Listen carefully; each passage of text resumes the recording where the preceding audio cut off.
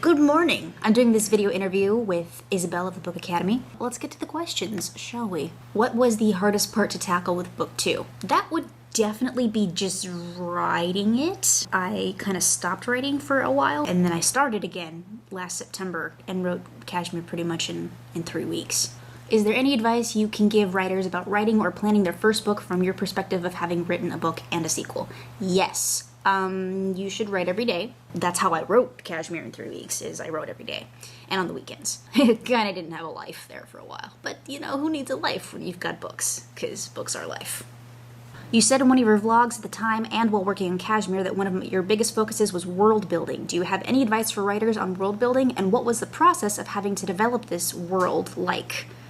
What was the process of having to develop this world like? Ah, yes. Did you do lots of research, lots of staring into space, just thinking? Definitely the latter. So one of the things I did was I just got a giant piece of paper and kind of wrote down the different types of beings there are. You know, humans, demons, vampires, another category that I can't tell you about because of spoilers.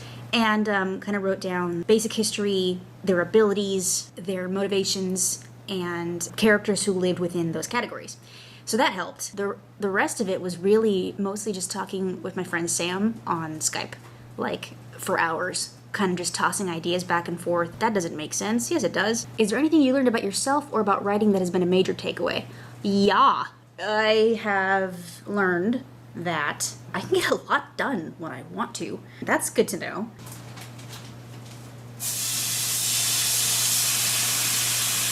Sorry, I just put some bacon on. Can you hear it sizzling? I'm so excited. I love bacon. What are you most excited about with book 2 that you can't wait for readers to experience? The end of chapter 22. I actually wrote that scene before I'd written most of the book, which is weird. That I don't usually go out of order when I write a book. I usually write it straight through from beginning to end. But I had an idea for that scene, and I know you don't know what that is yet, but just keep in mind when you get to it that it's a scene where characters have to make a decision about something pretty important. And when I wrote it, I didn't know what they were going to decide to do. I had no idea if they were going to do this thing or not do this thing. So I just wrote what felt like the most natural outcome, and it's really funny. So I'm definitely excited to hear what you guys think about the end of chapter 22. In our last interview, I asked you if there was any lesson you wanted readers to take away, and you said you hoped readers took away that it's okay to struggle. Does that theme, per se, carry on in this book, or is there a new lesson here that you're hoping comes across to fans? Caitlin still struggles. She still doesn't really know what's going on. She's not totally in control of her life yet. But she does move forward. So I think perhaps the extension of that theme would be it's also okay to succeed. There's definitely points in the book where Caitlin is kind of afraid almost to be more than what she's been before. And she has to kind of come to terms with the fact that she's not average. At least not average in every way. So yeah, it's okay to struggle, but it's also okay to succeed. Let's see, was there anything in particular that inspired Kashmir, pictures, music, etc.? Yes and no. I keep a Pinterest board, and I did the one for Kashmir pretty early on, before I'd written most of the book. So like her prom dress is directly inspired from a picture I found on Pinterest. It's on the Kashmir Pinterest board, so you can go look at it. That's why I wrote that into the book, is because I'm like, that looks amazing. She would totally design that. Was there anything in particular? Oh, no, I just asked that question. I also just turned over the bacon. It smells so good. Who was your favorite character to write this time around? I'm gonna say Kalare. I really liked her. I've also run out of layers to add to myself, if you can. So. What are you most looking forward to with book 3? Are you starting it anytime soon? I am super looking forward to book 3 because it gets bigger.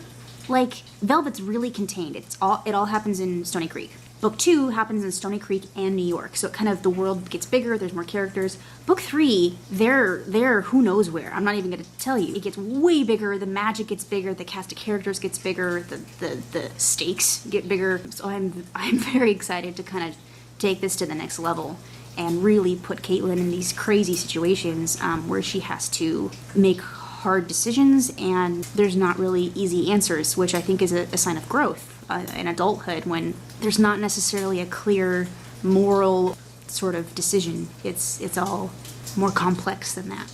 I'm really looking forward to seeing how she handles all that. I am starting it soon.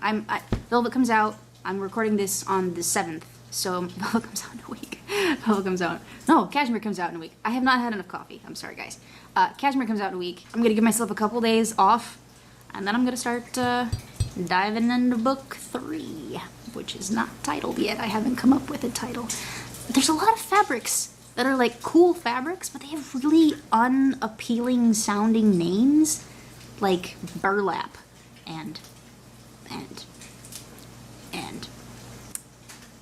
denim. Like, ugh, those aren't pretty words. I don't know. So, I mean, silk is an obvious choice, but silk is also the name, oh dear, I lost a hat, of a lot of other books, so I'm kind of not wanting to go that route, but if you have ideas, let me know. Bonus round, quirky questions. Favorite spot to write? That recliner. Favorite beverage and snack while writing? Cheese and crackers and ginger ale. Where do you draw most of your inspiration from? Other books and movies and my own daydreams and, nature and conversations I've had with real people and my friends and family. All of the things, I draw it from all of the things of life.